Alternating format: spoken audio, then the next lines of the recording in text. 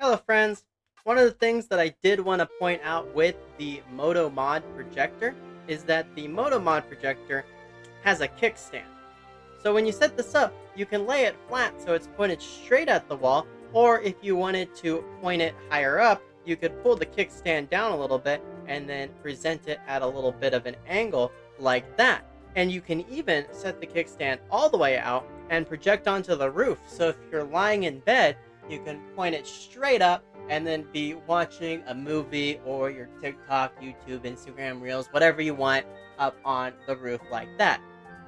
Now, with the Tank 4 projector, the projector is at the top of the phone and there is no kickstand. So the only option is lying it flat like this. So if you wanted to project on the roof, you would have to try to perfectly balance it, which is not something that it can do because the bottom edge here is not super flat. When you are projecting onto the wall, if you lay it flat on a surface, you'll get some of its projection onto the surface you laid it on. So you'll have to find some sort of block to get it at the angle you want to view it at. If that one doesn't work, find something else, maybe like that. That might be, no, this one's too thick on one side, so now we're projecting at an angle.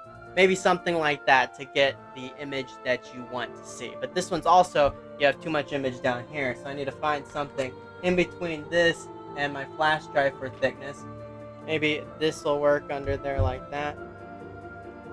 Yeah, there we go. So now we have a pretty decent image displayed there underneath my screen. Whereas with the MotoMod, all what I had to do is set it down and then tilt it until I found the angle that I wanted. And boom, there we go. My screen is being projected onto the case right there.